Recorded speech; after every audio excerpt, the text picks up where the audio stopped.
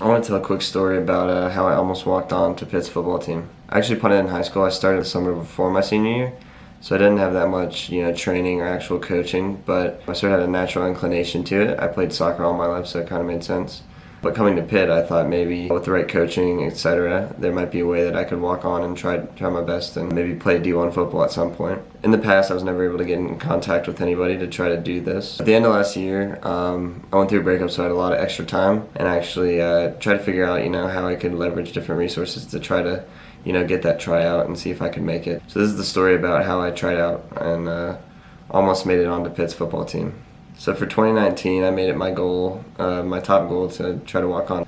I went so far as to get contacts for the sake of punting. I still use them otherwise, but I got them for punting. I also made my class schedule such that I could go to the sports dome and practice at certain times. So I made certain decisions in order to fully pursue this goal as my number one imperative. So essentially I've been training on and off since high school, but for the start of the spring semester, so January, I started to actually train every other day. So I go to the Pitt Sports Dome and just hit a lot of balls, somewhere between like 80 to 100 something every time I go out there, pretty much until my leg hurt a little bit. While practicing and getting good enough to where I thought I could try out, I had to start reaching out. The first thing that came to this story, I knew somebody, I didn't know him, but he was on the Pitt's football team. He was a really good player.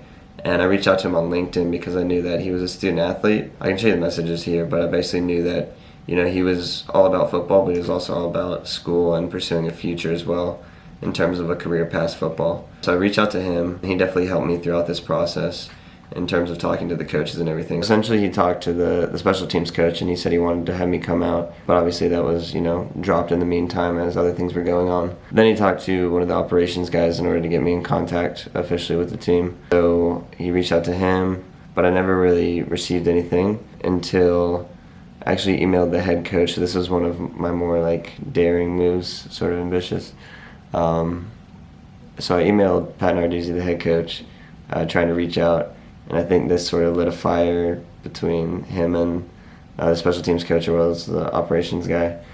So then right after that happened, he reached out to me and asked me for my number. So I don't know if that was the right move necessarily, but it was sort of the move that allowed me to continue in the process. So that was one of the more bold things I did.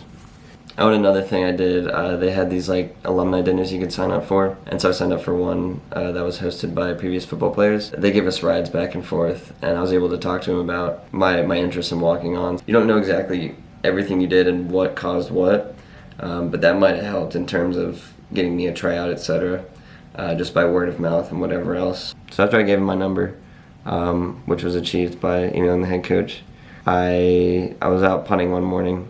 I'll show you the receipt here, but I got a call from a punting coach or a special teams coach, and he basically reached out and said they wanted me to come try out, which I was ecstatic for. I mean, this is the first time I actually talked to somebody about this. So the story goes along. So the first time I went to try out, basically the Steelers and the Panthers, they share a training facility over in Southside. And so I went out there, and it was me, a special teams coach, and then an assistant.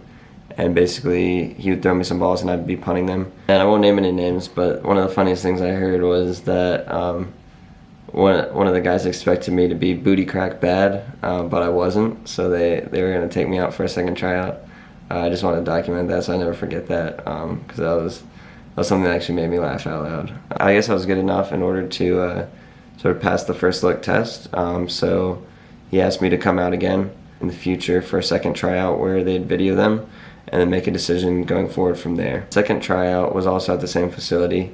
I think it was a week or two later, so I was continuously still practicing on my own as well. It was just the assistant, he was videoing. So the first time, the coach was throwing me the balls and giving me tips on how certain punts were bad and for what reason, so I could make adjustments. The second time it was just me, and I was just flipping the balls in my hands like that and then punting it. And it didn't go that well. It actually was pretty bad. So that was an experience of failure for sure.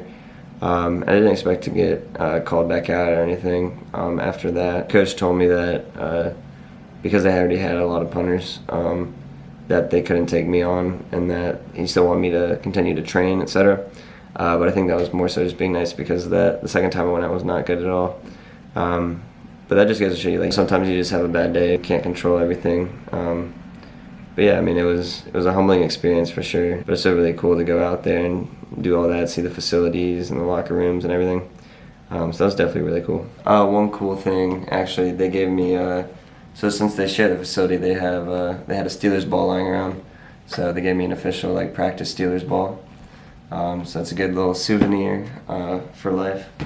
The point of this whole story is that you never know what you do that will cause you to have different opportunities in life. So you kind of just have to, play all your cards and make a lot of choices and, try to go for it essentially. Because if you just put the minimal effort in trying for things, then there won't be many opportunities coming your way. But even a lot of people doubted me and they didn't think that I was necessarily even like an athlete enough to try to go out for a D1 team, whether that be family or friends or people, just acquaintances. It was definitely really cool that I actually was able to make it past the first tryout and go forward with the process. So that's something I can hold on to. It was a great experience overall. And I would say if you have any goals in life, to just go for them, because if I didn't do that, I'd be asking what if I tried to go for it, could I have made it? But now that I did it and I tried it, I sort of have solace in knowing that like I went for it. And it was definitely like something that kept me busy, and it was a good experience looking back. And I have friends from,